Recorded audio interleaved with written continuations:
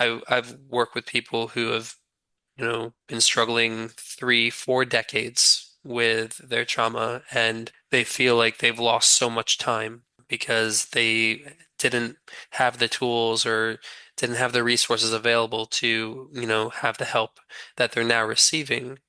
And it's important to know that it's too late. Mm. It doesn't matter if you're 20 years old or you're 60 years old. If you're there and getting the support you need, there's hope.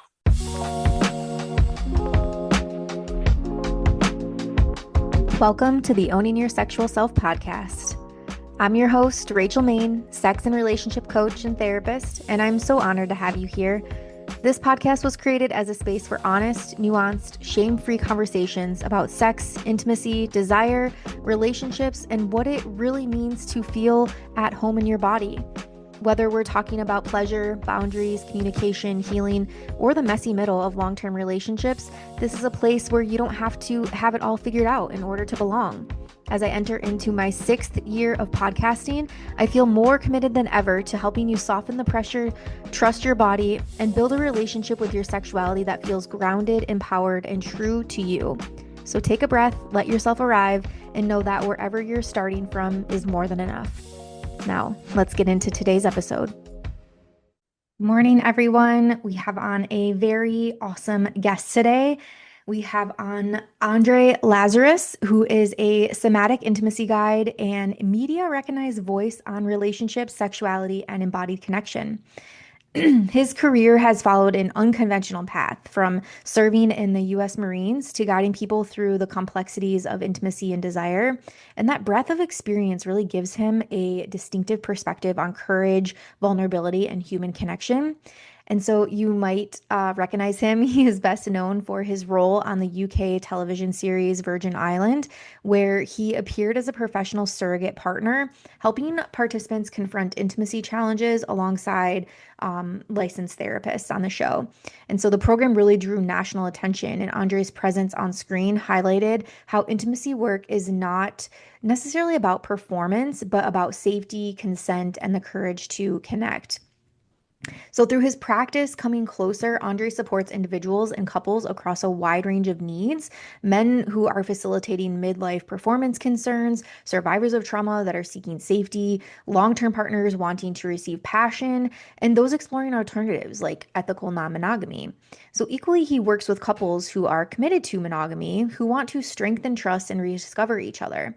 His approach, rooted in the somatica method of sex and intimacy coaching, emphasizes learning through the body and replacing shame with curiosity. And so while Andre has also taught thousands and thousands of workshops introducing kink and alternative practices, he situates them with a broader conversation: how people of all backgrounds can embrace intimacy as part of their well-being. So his message consistently comes back to honesty, communication, and self-awareness as the foundations for connection. And today, Andre balances private coaching, workshops, and a men's online course on sexual communication with growing media visibility, including the upcoming 2nd season of Virgin Island. So, very, very excited to have Andre onto the show today. Thank you so much for continuing to listen to this show and this episode specifically. And let's invite Andre into the room now. All right. Good morning, afternoon to you, Andre. Thank you so much for coming onto the show today. Thank you for having me, Rachel. Absolutely. I am glad that this is our third time. Third time's a charm. So we finally made We it. did And it. yes.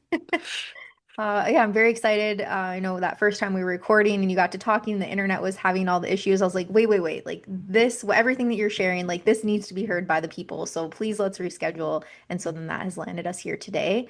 And yeah, really talking about how intimacy can be healed after trauma and how somatic practices can really help to reconnect with safety, trust, pleasure, helping people go at their own pace.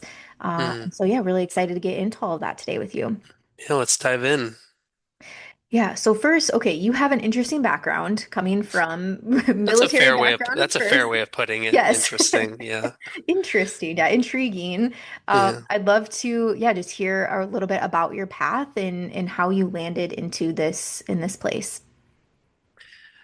It's a story that I've told often, so I feel like I'm getting really good at surmising a very long journey into a short period of time. And yeah, I was in the military for 8 years.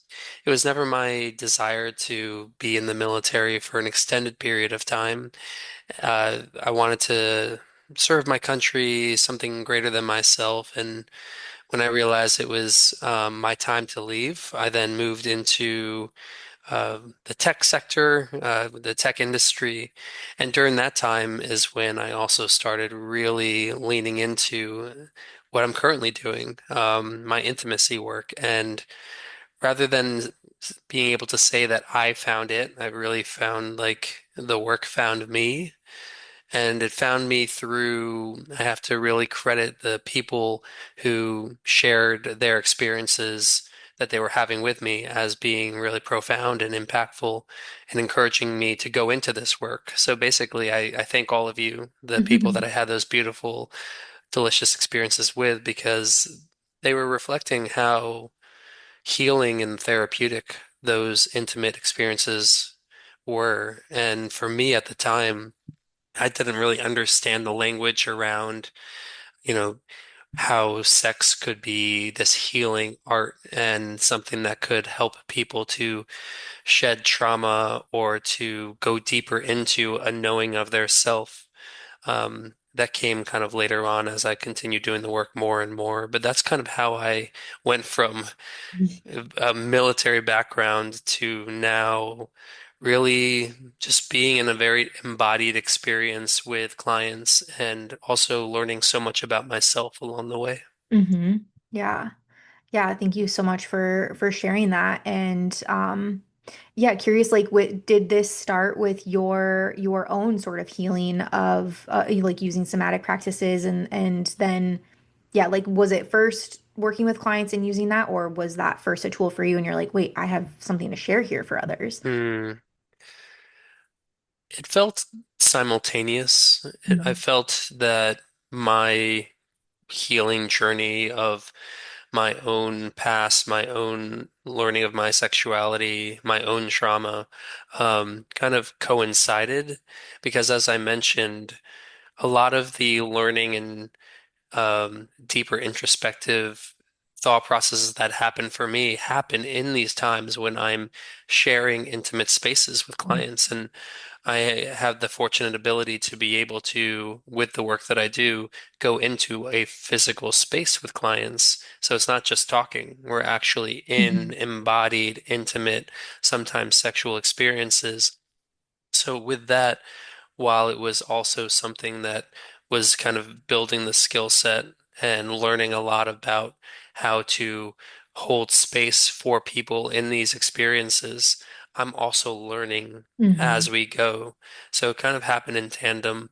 But I would say mostly my own curiosity and uh, deeper questioning of why do we, have these experiences? Why are we also, held back in some of these experiences that we're having? Kept me asking more questions. Mhm. Yeah. The word of the year, curiosity. Like It's a good word of the year. Is that your word? yes. Yeah, it Yeah. comes up so often on the show and with clients and my invitation that I give to clients with curiosity to help break down the shame and yeah. And so what you're speaking to this, or maybe we can get into this, like the idea of a surrogate partner, and that was your role on the show Virgin Island. That Yes. was actually something that I have also just learned about this year. Okay. I think you're my first official like surrogate partner to have on the show. I've invited a few people and it just hasn't worked out. So All right. I've, welcome. I've broken the seal. Then Yes. yes, it's a Yeah. pleasure. And yeah, this from what I'm gathering from it, it's like you're holding this space for people into what partnership could look like with healthy boundaries and communication and courage and leadership and connection. So can you talk a little bit of like what was that like working on a show and being able to have this role for people? I mean, I felt like you described it better than I ever could, so I can just go home now. Thank you. Um, no, it was a really incredible experience bringing this work because, as you say, not many people know about surrogate partner therapy. Mhm. I didn't know about it until someone brought it to my Mhm. attention but it's really been around since the late 60s. And it's a therapeutic model where you have the client, who is the focal point of, any therapeutic practice. You have a licensed therapist who will be working with the psychological aspects that the client is working through. Mhm. And then you have the surrogate, myself. And I will be working more from the somatic end of the body. And then myself and the therapist will be working in tandem, making sure the different ways that we're approaching supporting the client is in the client's best interest. And on the show is where it's really groundbreaking. It's the first time this has ever been really brought to such a public stage because it's work that is kind of been more behind the scenes. Not many people, again, know about it. But being able to do that in the public eye, I say, was an interesting experience because it is very intimate. It's very vulnerable. We are like helping to teach these individuals how to be more in their pleasure, more in their body, helping them process could be some pretty traumatic events in their life. Mhm. Doing that just in general is tough, but now having, cameras around you, lighting, um, kind of kicks it up a notch as well. Mhm. So it's definitely not something that I would have ever imagined being as successful as it was. But also without people knowing about this work and how to find this work, I feel there'd be a lot more people struggling with the challenges that they have that they feel like they'd have to go at it alone Mhm. and not be able to find that necessary support. Because I believe that while talk therapy is very helpful and, depending on what people are working with, can be very beneficial, sometimes you need to go a little bit further. And that's where surrogate partner therapy can really Mhm. help to, help people find a path to healing. And I never want to use the term healed because I feel like it's an ongoing journey, Mhm. but you can at least have the support when you are going through the challenges that you might be facing, knowing that you're not alone and there are people there to help you. Mhm. Mhm. Yeah, absolutely. It's as you're speaking to it, I am like what it's taking me to is for people that seek out work with, let's say, like a professional dominatrix. And so somebody that is experienced, like wants experience in the kink world, and maybe they've had some bad sexual experiences or trying to heal some shame, like working in that context with somebody that is like going to do it right. I'm going to use air quotes, like going to do it right, but like going to do it professional, going to hear you, hear your boundaries, hear your desires, and like deliver this beautiful performance and show you like this is what it can be like. That's like I've been through experiences like that and just witnessing that and also having the therapeutic lens behind it. It's like it's so beautiful to like see spaces like this held. And admittedly, when I first heard about surrogate partnership, or even I came across a person that was a professional cuddler through Cuddlist, and Yeah. at first I was like, this is bullshit. Like this is like you're just fucking people, right? Like this is Yeah. not a real thing. Until yeah, I was very quickly put in my place. It was like, Hmm. no, you listen. Like this is real, and this was years ago. But yeah, so I think it's definitely different. I agree with you in the sense of we can do talk therapy for however long, and I do believe that is a good starting place for people. And it is really the somatic work, like getting into the body, that I have found that is truly the transformational work. I very much agree with you. And I hope that you weren't too hard on yourself because being put in your place, like this happens all the time, Hmm. especially with work where sexuality, physical intimacy is involved because our default brain goes to, oh, this should only be reserved for a particular person in my life or a particular time, and anything outside of that box that we put it in is wrong, is sinful, Hmm. is Hmm. immoral. But if we like zoom out a bit, we go to we go to massage therapists to Yeah. help work out, challenges in our body. We don't just go to our friend and say, "Hey, can you give me a massage?" It might be a pretty shit massage. Um, we go to a doctor when, we have something that we can't physically work on our own. We're not going to go to our next door neighbor and say, "I've got this, sucking chest wound. Can you look up on YouTube how to fix this?" It's similar to this work. It's Hmm. finding people who have spent the time learning how to, I say again, I'll air quote, perfect these things because every practitioner, such as myself, is constantly learning. But Hmm. we're spending enough time deep in the weeds of understanding the mechanisms to help people through really challenging things that like a potential partner or even their current partner just might not be well equipped to handle. And I want to like help to, normalize the idea that sex or any form of sex work is purely just for pleasure. Hmm. Oftentimes, this work is really therapeutic. Hmm. Yeah. Yeah. And pleasure can also be therapeutic, right? Like yeah. Well said. Yes. Yeah. Pleasure is the point. Pleasure is like what we all could use more of in our life, whether it's sexual or non-sexual. I love that you said that. I couldn't agree more.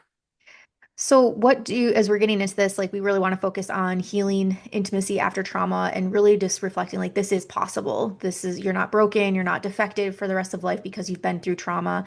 What would you like first for survivors of trauma that are listening to know as we get into deeper into this topic?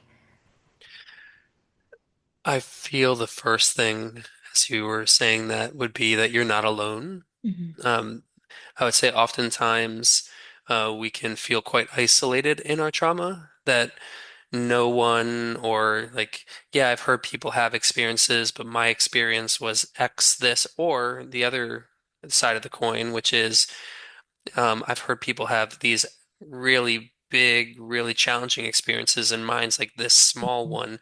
So I guess I can't really say that I had a traumatic experience. There's no like every person is different and every experience is different. So know that you're not alone is the first thing. And as you said, that there are people out there, many people, to help bring new perspective to the experience that you had. And the idea isn't to forget about it or to like, press a delete button. It's how do you process the experience that you're currently having? And if it's one that you feel is um, holding you back or making certain aspects of your life more challenging, Hmm. going into it, while it might feel scary and, something that wouldn't be good to drudge up, can actually be really helpful in the long term. And I say long term because sometimes people will come to me and say, "Oh, well, how long is this going to take?" And I wish I had that answer Same. because the truth is the only person that really knows is you as the individual. And it can take some time, and that's okay. That rather than trying to jump in or to get to that quick fix, I feel can also sometimes have a reversed effect and maybe even deepen the trauma that is currently happening in your body. So, for instance, in surrogate partner work, it could take weeks before there's any form of physical interaction, depending on the person and their comfort level, to be touched, to be in an intimate space with another human being.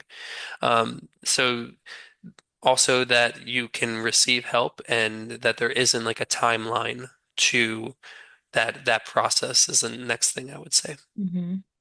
Yeah, and I think really what you're speaking to is like helping people develop and sense what that trust feels like in their body, rebuilding that trust with themselves. Um, which, yeah, I'm so glad that you named that. There is no timeline to this work, to this healing, in general, right? I've probably heard before, like healing is not linear. And Yeah. yeah, so in your words, like what does this rebuilding of trust in the body actually look like for someone? Hmm. the piece that is coming up for me is remembering that being in your body is a safe place to be. Hmm. And what that looks like is um, whatever mechanisms are necessary for you as that person to feel safety. Hmm. It could be that closing your eyes and taking some deep breaths allow you to be more embodied.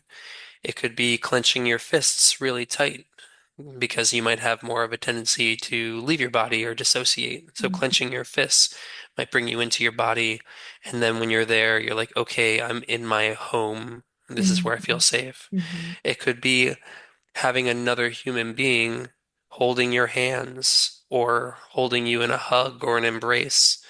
But how it looks is going to obviously vary from person to person. Hmm. But the first essential piece is remembering that there is safety within you.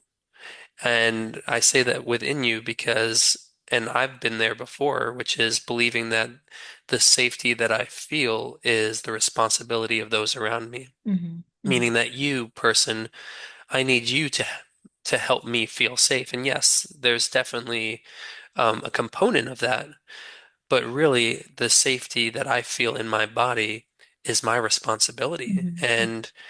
And that's sometimes frustrating Yeah. because I would say for me, it's been easier to put that on someone else Yeah. rather than and hold that for my own. So that's what I would say. What it looks like is really first safety in the Hmm. body. Hmm. Yeah, I speak about this often too of like we can outsource for our healing to an extent, but at the end of the day, it's like it is up to us. Like we ultimately have everything that we need already within us. Sometimes it takes somebody else to kind of like hold that mirror up for us to be able to see that. But I was starting to tear up as you were speaking because when I asked you that question, what does safety look like in the body for those that aren't watching this and just listening, you literally displayed it to me here. Like you close your eyes, like you sat for a minute, you thought on it, like you let the answers like Mm. download for you. And I was like, when just as you did that, I was like, oh, he's showing me what safety looks like in the body. And so yeah, I just wanted to point that out. That was just really beautiful to witness that. And yeah, so thank you so much for the Thank you conversation. for recognizing that. I Yeah, appreciate that. yeah. Yeah, I would also say for me, there's something about um, taking a moment.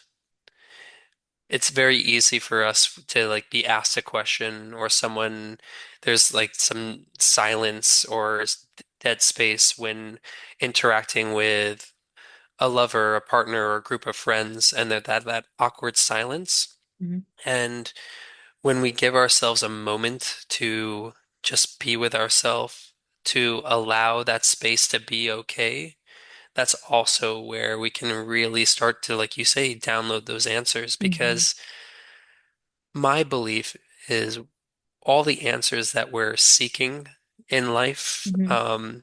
they're within us. They Yeah. really are.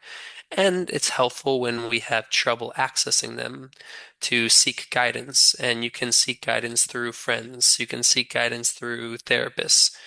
You can seek guidance through plant medicine. But ultimately, my belief is that no one's really like telling us Mhm. we have that within us. They're just, like you said, holding that mirror to say, hey, maybe that thing that you are, that intuition in your belly Mhm. that you've been questioning is actually quite spot on. Mhm. Mhm. It reminds me of like if you ever seen the memes and it's like the guy just standing on the street like holding up the big poster board.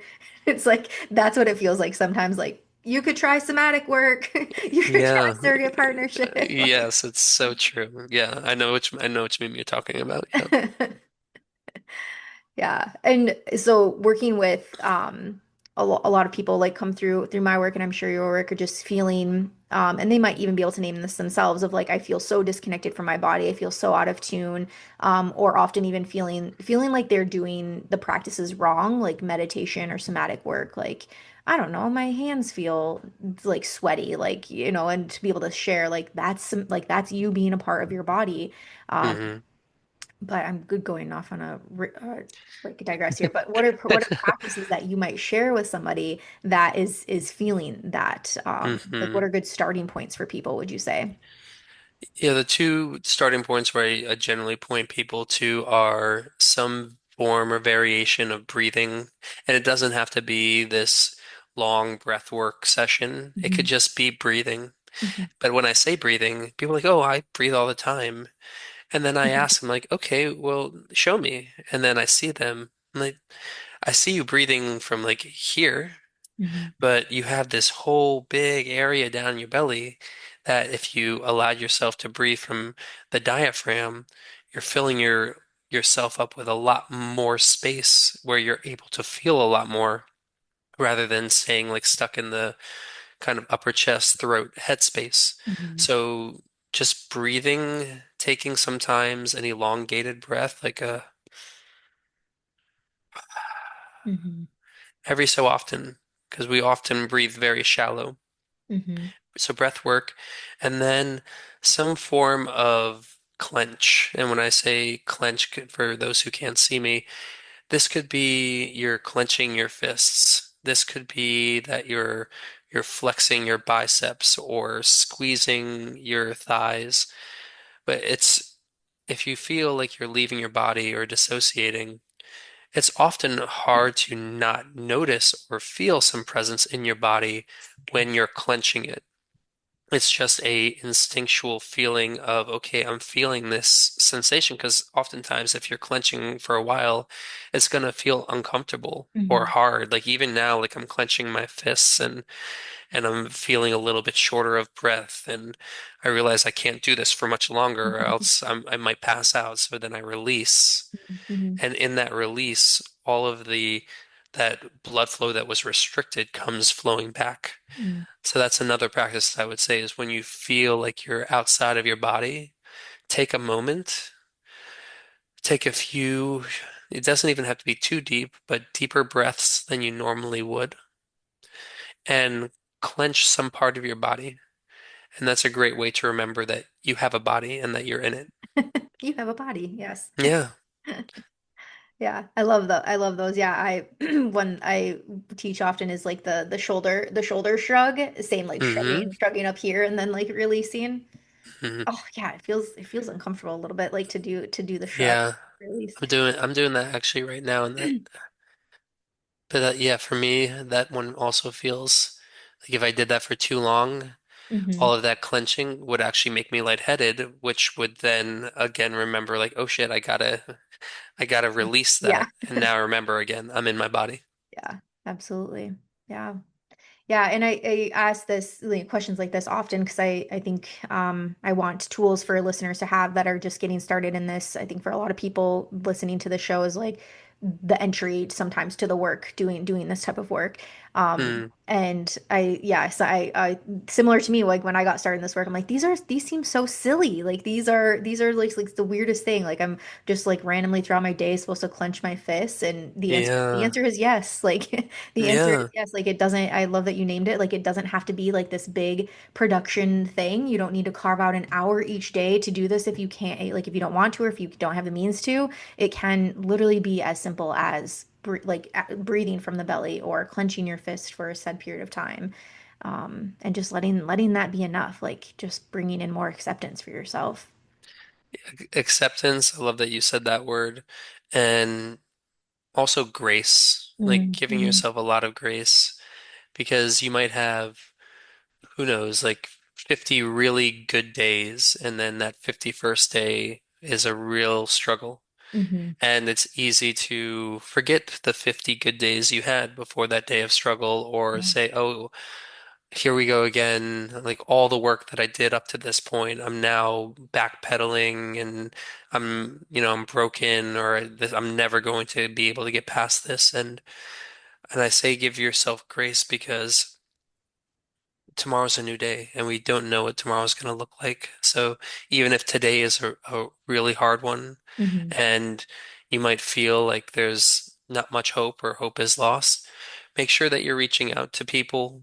people in your community. If it's hard to find people that you know that are readily available, just go out into the community, go sit Mhm. in a park, go watch a movie, go have food in a restaurant, and then do some of these exercises that, Rachel and I are talking about, and Mhm. know that all you gotta do is get to that next day, and you never know what is going to be on the agenda for that one. Mhm. So grace and patience, that's Mhm. another one I want to say as well. Yeah. Because I've worked with people who have, been struggling 3, 4 decades with their trauma, and they feel like they've lost so much time because they didn't have the tools or didn't have the resources available to, have the help that they're now receiving. And it's important to know that it's too late. Mhm. It doesn't matter if you're 20 years old or you're 60 years old. If you're there and getting the support you need, there's hope. Mhm. Yeah, absolutely. Thank you for putting voice to that. I'd love to change directions a little bit, get more into like sexual lens with things. Um, you work a lot with couples, you work a lot with individuals. Would you agree that the concept of mismatched desire discrepancy is something that you see often when you're working with people? Oh my God, all the time. I have that in my own life. Yes, absolutely. I agree that that is and it's not something that I would feel like has to like happen right at the onset of a relationship. Maybe Mhm. it's like new relationship energy and you're really excited, and new relationship energy can last for years. Mhm. But if you're, 4, 6, 10 years into a relationship, well, these are human beings with ever-changing needs and desires, and then assuming that both of those people are going to be changing at the same pace or at the um, going the same direction, Mhm. that's a lot of pressure. Mhm. What I desire now in life, in the way of sex, in the way of relating, is so different than 10 years ago or 10 years before that. So yeah, very much agree that that's a big, I would say one of the biggest challenges that partnerships have. Mhm. And it's less of the mismatch that occurs. It's, oh, now we're mismatched. Now that means there's nothing that we can do to like get on the same page. And there's many different ways of, discussing that. But I want to Mhm. first answer your question, which is Yeah. yes, 100% agree. Yes. You queued me up for that question that I wanted to ask. Like, You're how do welcome. you, yeah, in your work, how do you help? Because I agree, that is the number one thing. And it's a lot. I work primarily with the women in the relationship. And so supporting the women who feel just so guilty around this, the just the whole concept of not being enough, or I should be Mm, more turned on, I should want it more, I should be able to, when he's initiating, be right, like that's my moment, you know? And so yeah. yeah, all of that. Like, I would love to hear like how you help the couple move more towards each other again. Mm.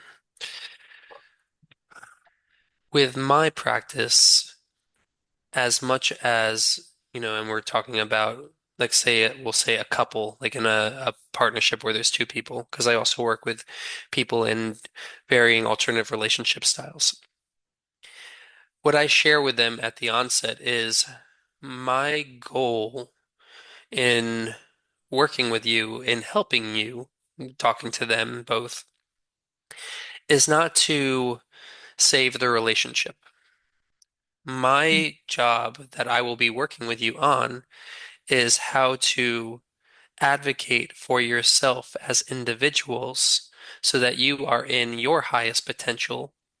And then when you are there, that's how you can meet one another in the best way. Because if the focus is on trying to make the relationship work, and now we're not advocating for the pieces in the ourselves that are struggling, Hmm. whether it be needing more communication, needing more touch, needing more support when it comes to hard times, and then we're expecting the other person to just give us those things without advocating. That's how resentment builds. And that mismatch starts to become way, way more skewed. Mm-hmm. So where actually start is working with the individual and finding out more about what it is for themselves that they're not really feeling that they're getting the most out of the relationship, Mm-hmm. but what is it themselves is that is missing for them. Yeah. And then when each of these people share what it is, I often hear, "Oh, I didn't know that you were feeling that way. Oh, I didn't know that." And then the other will say, "Oh, I tell you all the time." And then I ask the person who says, "I tell you all the time," I say, "Well, I would love to hear how you have shared this with your partner." Mm-hmm.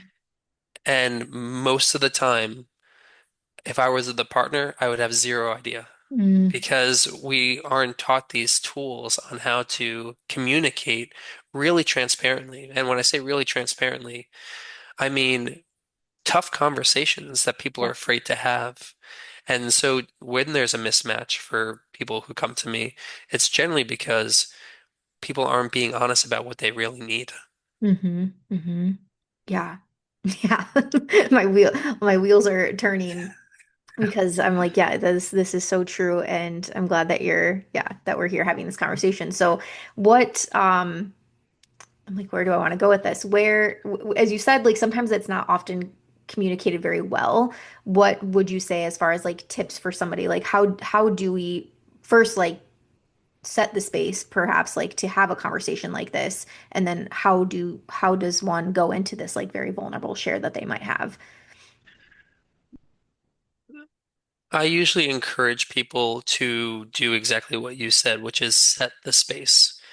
So rather than say you're one of the members of the partnership and there's something you're really like that's really weighing on you and you just bring this to your partner, but you bring it to them at like 2 p.m.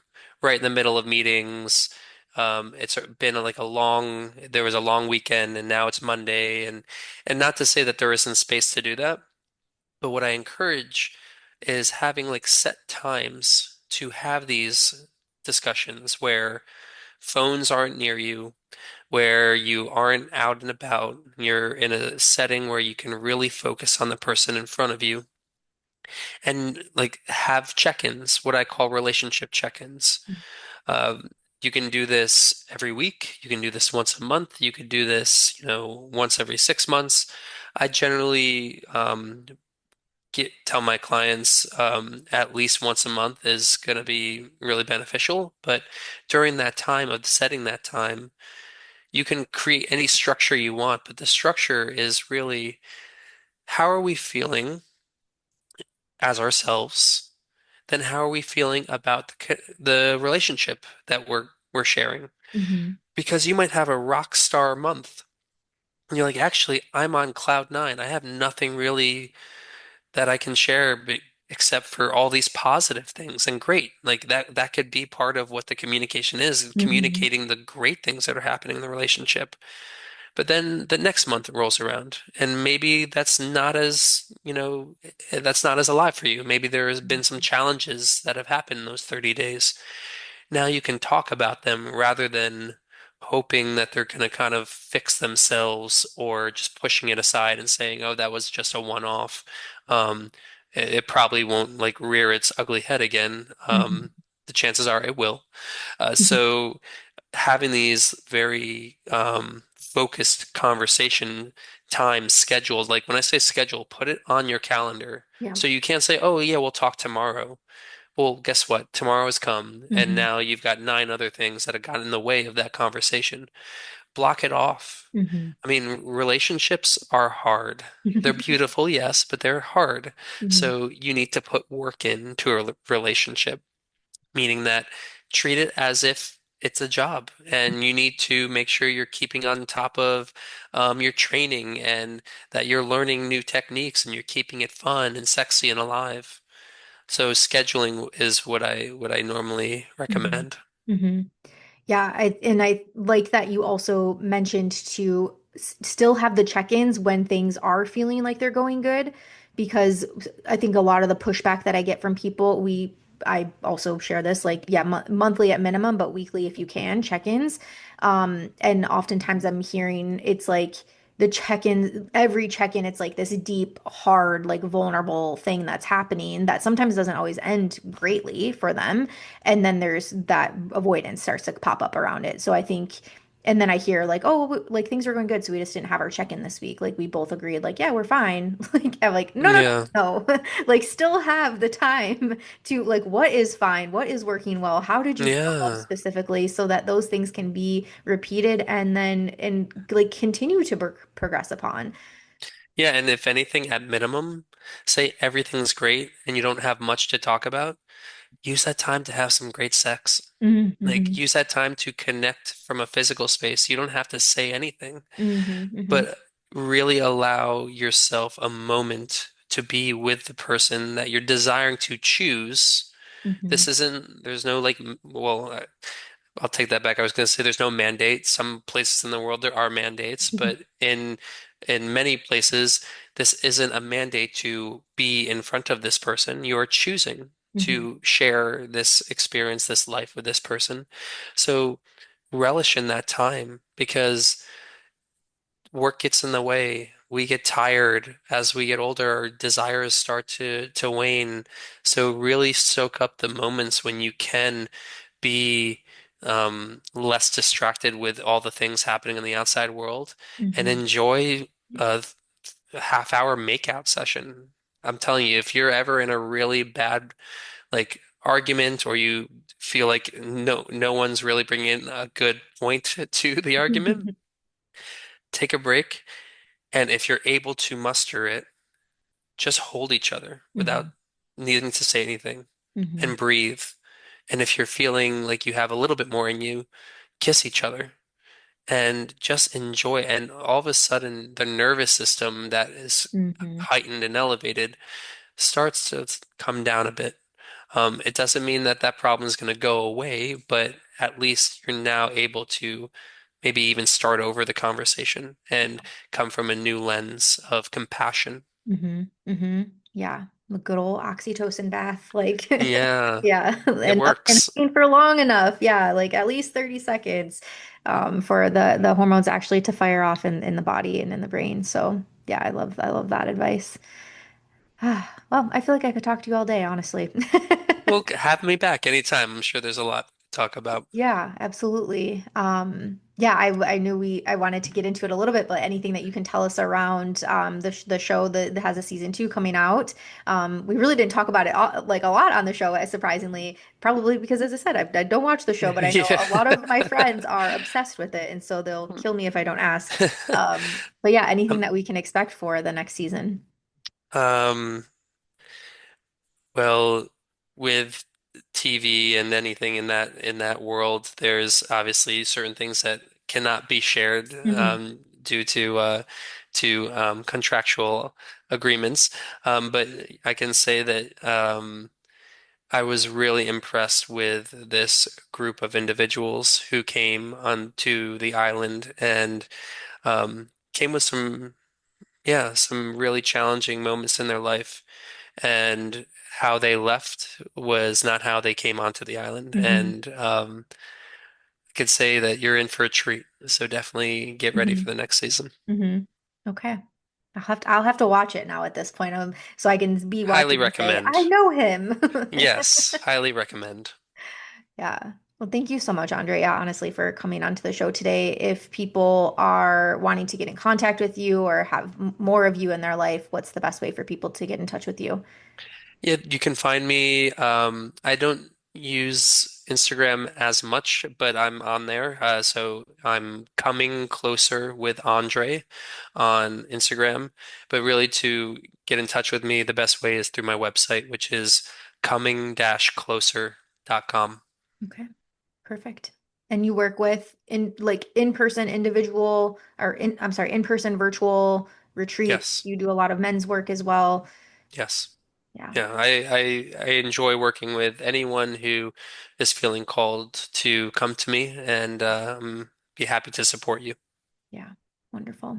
Well, thank you so much again for coming on. I'm glad that we got to make this work. No internet Yeah, issues today. It we was did very it. good. So, yes, thank you so much again. And especially for the work that you do and the gift that you bring to people and allowing them and just being part of their healing journey. I think that's really neat. I appreciate that, Rachel, and I'm really thankful to all the people who trust me in coming to me Mhm. with their challenges. Mhm. Yeah. Thank you so much for spending your time with me today on the Owning Your Sexual Self podcast. If today's episode resonated with you, I invite you to pause and notice what stood out, what stirred something in you, or what you might want to explore a little bit more gently this week. If you'd like to support the podcast as it continues into its 6th year, subscribing, leaving a review, or sharing this episode with someone that you trust and love truly, truly means the world to me. It helps these conversations reach more people who need permission to feel less alone in their sexuality and their relationships. You can find more resources, programs, and ways to work with me in the show notes, and I'd love to connect with you beyond the podcast. Until next time, keep honoring your body, your boundaries, and your becoming. I'll see you soon.